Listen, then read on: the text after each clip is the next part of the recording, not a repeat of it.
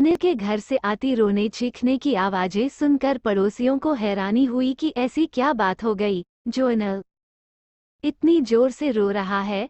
वह रोते हुए चीख रहा था, अनिता तुम्हें क्या हो गया, तुम उठ क्यों नहीं रही हो।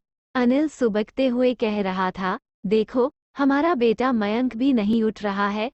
चीख पुकार और रोने की आवाजें सुनकर आस-पड़ोस के कुछ लोग अनिल के घर पहुंच गए।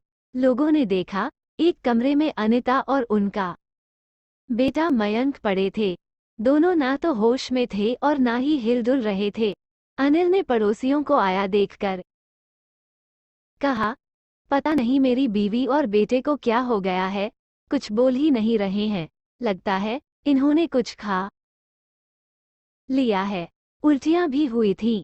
पड़ोसियों ने भी अनिता और मयंक के हाथ पैर हिलाकर उनकी स्थिति जानने की कोशिश की, लेकिन दोनों में जीवन के कोई लक्षण नजर नहीं आए।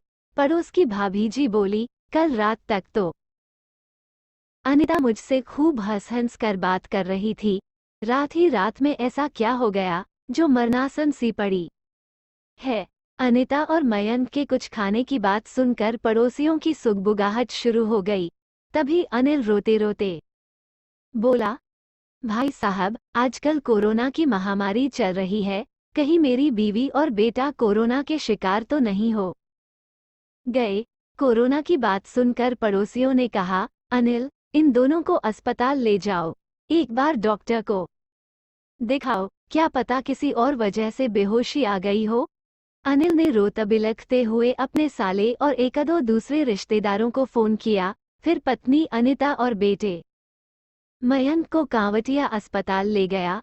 अस्पताल की इमरजेंसी में डॉक्टरों ने जांच पड़ताल के बाद मां बेटे को मृत घोषित कर दिया। डॉक्टरों ने अनिल की बताई बातों और दोनों शवों के लक्षण देखकर यह अंदाजा लगा लिया कि दोनों की मौत जहरीला पदार्थ खाने से हुई है।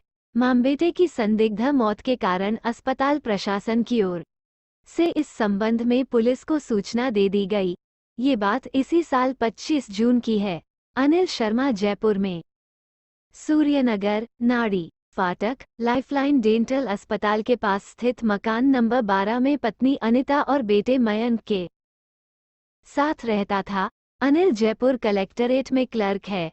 अस्पताल की सूचना पर करधनी थाना पुलिस कांवटिया अस्पताल पहुंची और अनिता व मयंक के शव को कब्जे में लेकर पंचनामे की कार्यवाही की। इसके बाद दोनों शवों का पोस्टमार्टम कराया गया। करधनी थाना पुलिस ने मामला धारा 174 सीआरपीसी में दर्ज कर इसकी जांच एएसआई प्रमोद कुमार को सौंप दी। पुलिस ने मौका मुआयना किया। अनिता के पति अनिल और पड़ोसियों से पूछताछ की। पूछताछ में सामने आया कि पड़ोसियों ने अनिता के देवर सुनील को घटना से एक दिन पहले शाम को अनिल के घर पर आते जाते देखा था। ये भी पता चला कि अनिल की साली पूजा भी वहां आती जाती रहती थी।